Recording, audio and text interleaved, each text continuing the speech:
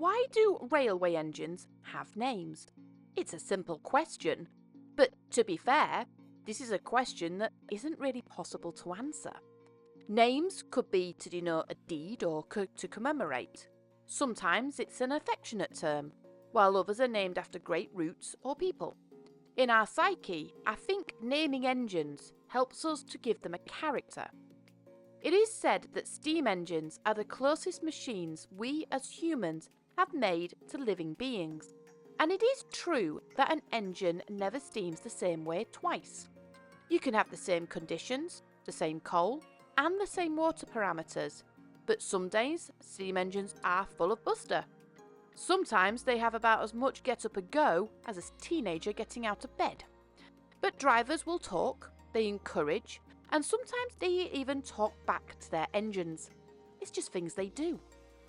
And it's not just engines. A few years ago, NASA put a little rover on the surface of Mars. It was called Opportunity, but the scientists named her Oppie. Oppie did her job well, took pictures, even selfies, undertook small experiments and samples and outlived her expected lifespan.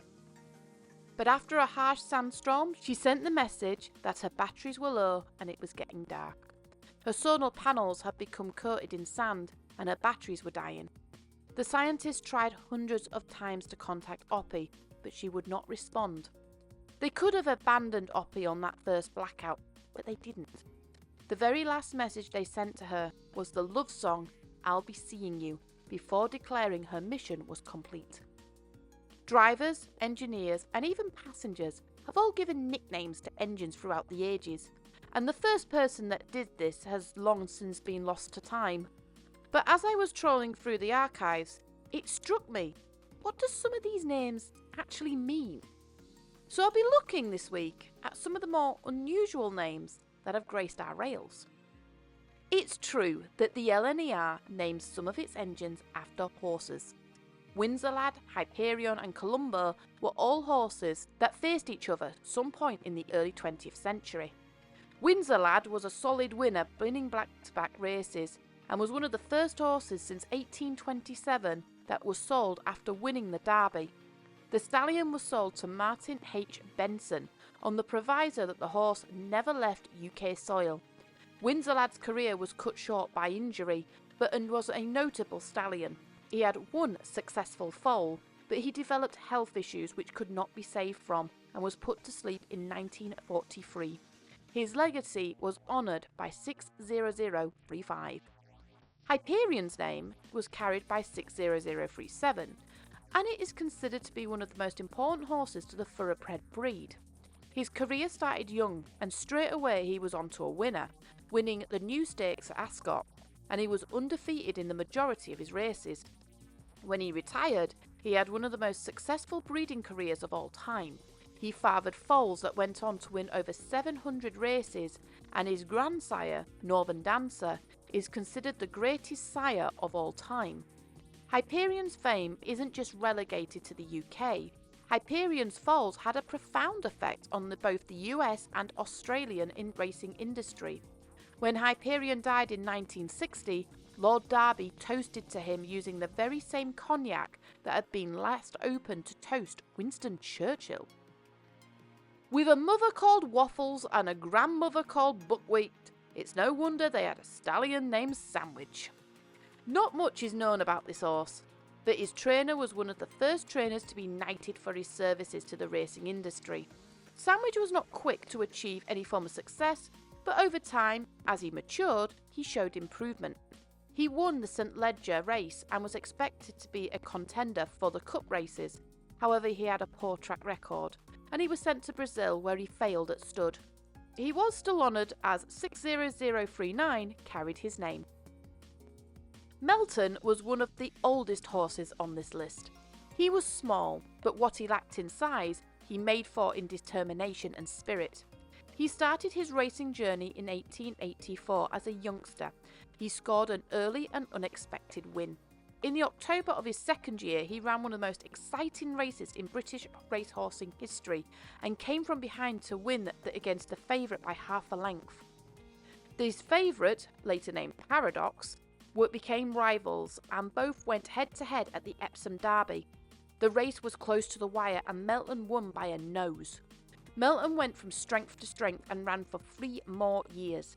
His wins secured his future and he was retired to stud in both England and Italy, becoming the sire of many winners in both countries. Melton is remembered in engine number 60044. The final horse for this list is probably one of the better known engine names. The Irish-bred and British-trained horse considered to be one of the horse racing greats and one of the fastest and greatest racing mares in history. By 2 years old, Pretty Polly already had a string of victories under her belt and was sitting at an undefeated 9 out of 9 races. She held the title of the British Fillies Triple Crown. By her retirement, she had won 22 out of the 24 races she ran, and the 2 she failed to win, she was second place. It was certain that if she ran, hunters would flock to bet on her. After her retirement, she became a broodmare and had no less than 10 successful foals. 4 of them went on to win in their own right. Her family and descendants were so important that her family tree remains one of the most important families in the acclaimed stud book. She was named Broodmare of the Century and one of the most successful broodmares in racing history, and is one of a few that has had a race named after her.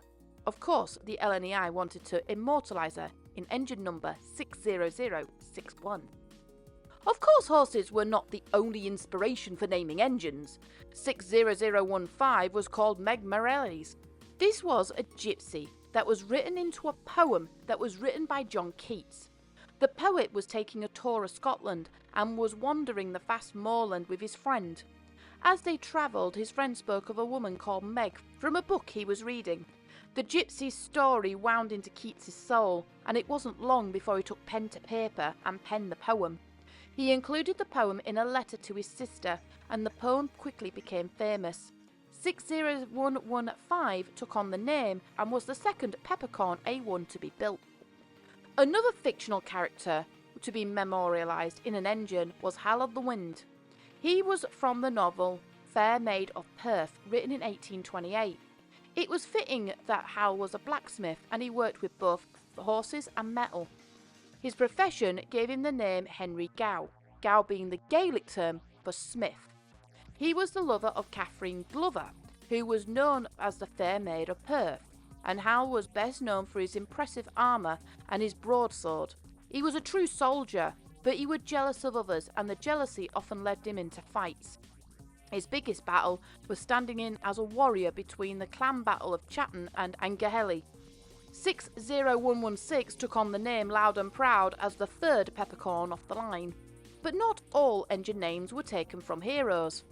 Engine number 60135 took on the name Madge Wildfire from the novel The Heart of Midlothian, written in 1818. The story follows the heroic effort of Effie and Jeanie, 2 sisters. After Effie was arrested and sentenced to hang following the disappearance of Effie's baby, Jeanie embarks on a trip from Scotland to London to beg a royal pardon. On the way, she meets Madge Wildfire and her mother. Madge was once described as beautiful but lacking in the brains department. After learning that it was them that stole the child away, Madge's mother attempts to murder Jeanie and cover their crime. Jeanie escapes and heads to London, where she receives the pardon she is looking for. It is said that Madge suffered terrible abuse at the hands of her mother and was more of a witness than an accomplice. Out of all the names on the list, this is one that still retains a presence on the main line today. But what is Highland Chieftain? It's widely believed in Scottish family law that all clans descended from a principal descendant, their chief. Usually this would be the person that to give the clan their name. In terms of command, the chieftain would be the next in line, and it would be their job to take over if the chief was not able to lead. Today, clans are still recognised, but it's more of a social dignity rather than for power. 60507 took on this role. In 1984, the name was revived as a replacement to the clansman, a name service along the East Coast Main Line. It is one of the longest journeys that you can take in the UK, and it's one you can still take today, taking around a time of about 8 hours.